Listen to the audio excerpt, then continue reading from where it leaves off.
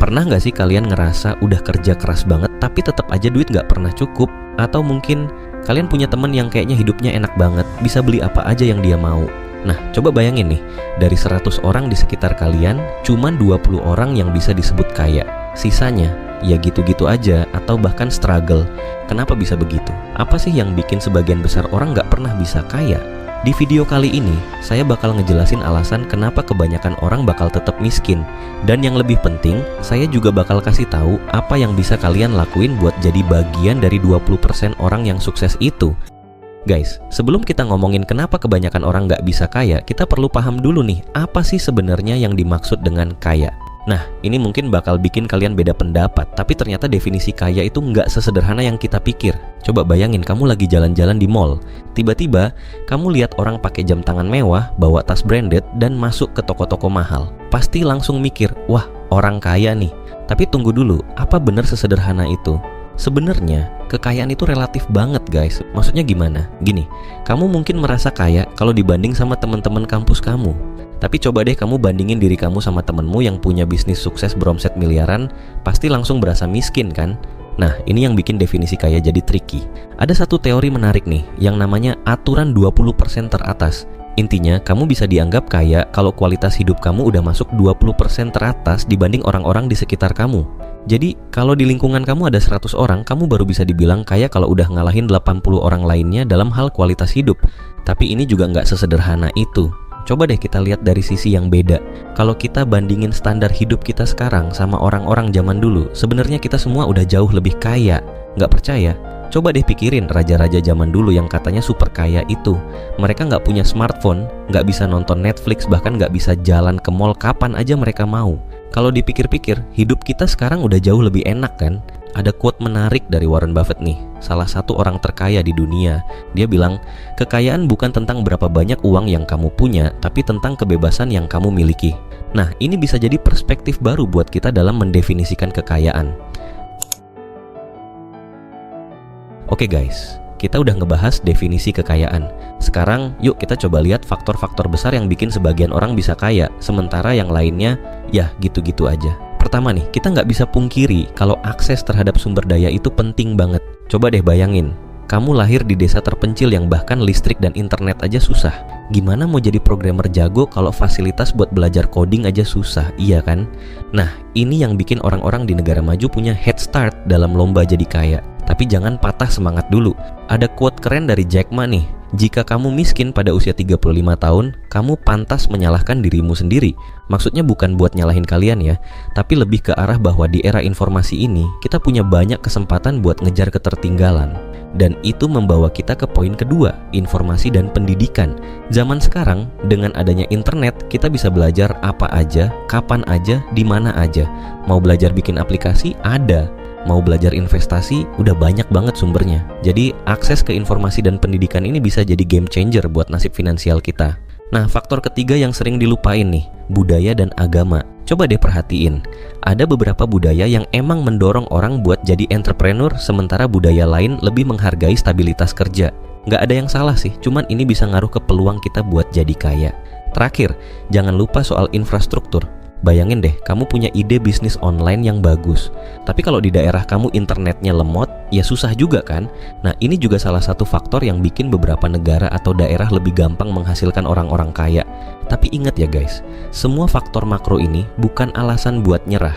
Justru dengan memahami ini, kita bisa cari cara buat ngatasin hambatan-hambatan ini. Kalau kamu merasa akses ke sumber daya terbatas, coba cari beasiswa. Kalau infrastruktur kurang mendukung, mungkin kamu bisa jadi pionir yang membangun infrastruktur itu sendiri. Oke guys, kita udah bahas faktor-faktor besar yang bisa ngaruh ke peluang kita jadi kaya. Tapi, tahu nggak sih, sebenarnya ada faktor-faktor kecil yang justru bisa jadi penghambat paling gede buat kita. Pertama nih, ketidakmauan untuk belajar. Nah, ini nih yang sering banget jadi batu sandungan. Banyak orang yang udah puas sama apa yang mereka tahu, padahal dunia ini berubah terus. Coba deh inget-inget berapa banyak teman kamu yang masih pakai HP Symbian pas HP Android udah booming. Yap, mereka yang nggak mau belajar hal baru biasanya ketinggalan. Kedua, kurangnya kesiapan berkorban. Guys, jujur aja, jadi kayak itu nggak gampang. Kalau gampang pasti udah pada kaya semua kali ya. Nah, banyak orang yang pengen kaya tapi nggak mau berkorban. pengen punya bisnis sendiri tapi nggak mau begadang, pengen jadi YouTuber sukses tapi malas bikin konten. Ingat ya, di balik setiap kesuksesan pasti ada pengorbanan. Ketiga, ketakutan mengambil risiko. Ini nih yang bikin banyak orang tetap stuck di zona nyaman mereka. Takut gagal, takut rugi, takut diketawain orang. Padahal, coba deh kita lihat orang-orang sukses. Mereka berani ngambil risiko. Ada fakta menarik nih. Menurut sebuah studi, 90% startup gagal. Tapi tahu nggak? Kebanyakan entrepreneur sukses pernah gagal beberapa kali sebelum akhirnya berhasil. Jadi, jangan takut gagal ya.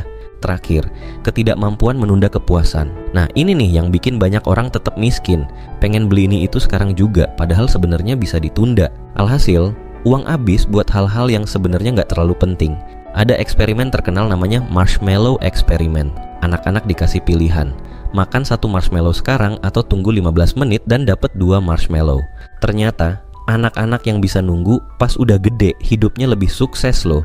Jadi intinya guys, faktor-faktor kecil ini sebenarnya bisa jadi penghambat besar buat kita jadi kaya. Tapi kabar baiknya, semua ini bisa kita ubah. Nggak kayak faktor makro yang kadang di luar kendali kita, faktor mikro ini 100% ada di tangan kita. Oke guys, kita udah ngebahas apa aja yang bikin orang susah jadi kaya. Nah, sekarang saatnya kita intip rahasia orang-orang yang berhasil nyampe puncak. Siapa tahu kita bisa nyontek dikit-dikit ya kan? Pertama banget nih, kemauan untuk bekerja lebih keras. Ini bukan cuma soal kerja lembur loh ya. Maksudnya, mereka rela bangun lebih pagi, tidur lebih malam, dan bahkan kerja pas orang lain lagi santai-santai. Kedua, disiplin dan konsistensi.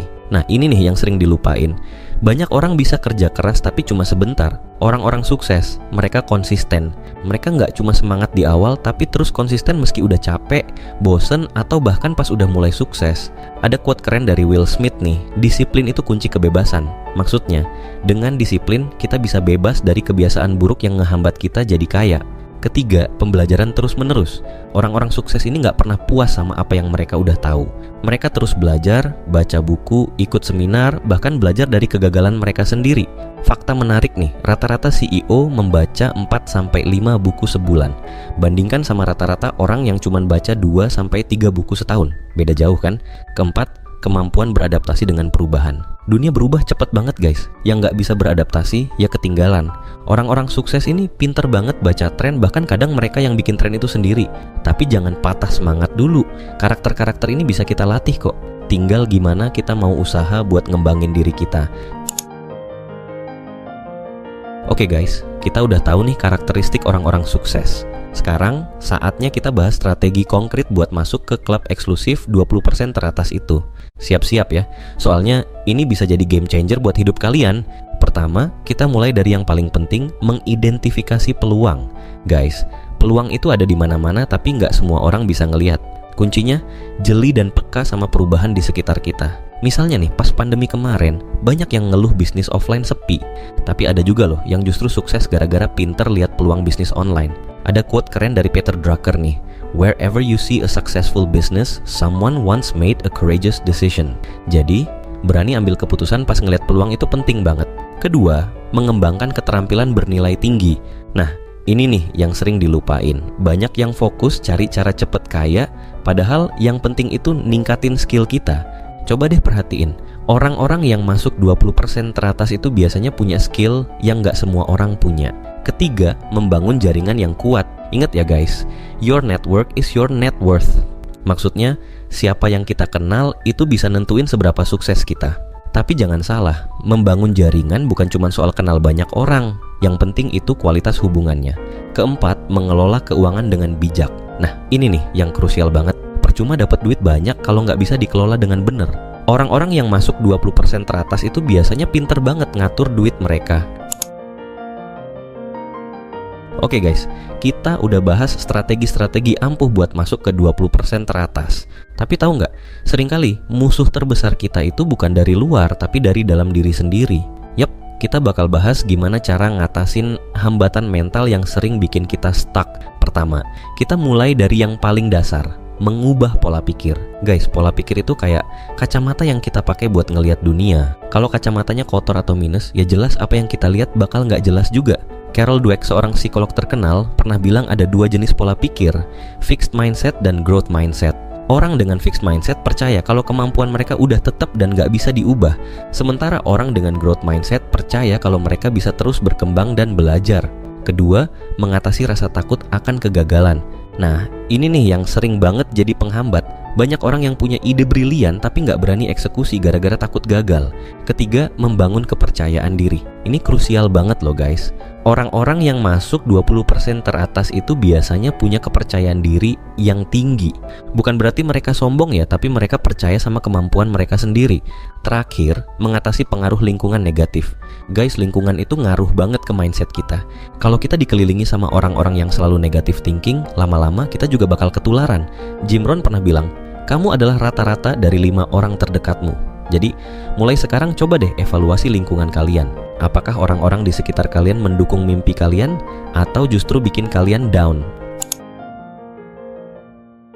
Oke guys, kita udah bahas banyak hal tentang gimana caranya masuk ke 20% teratas. Tapi ada satu faktor yang kadang suka dilupain nih, peran keberuntungan dan waktu. Nah, ini yang bakal kita bahas sekarang.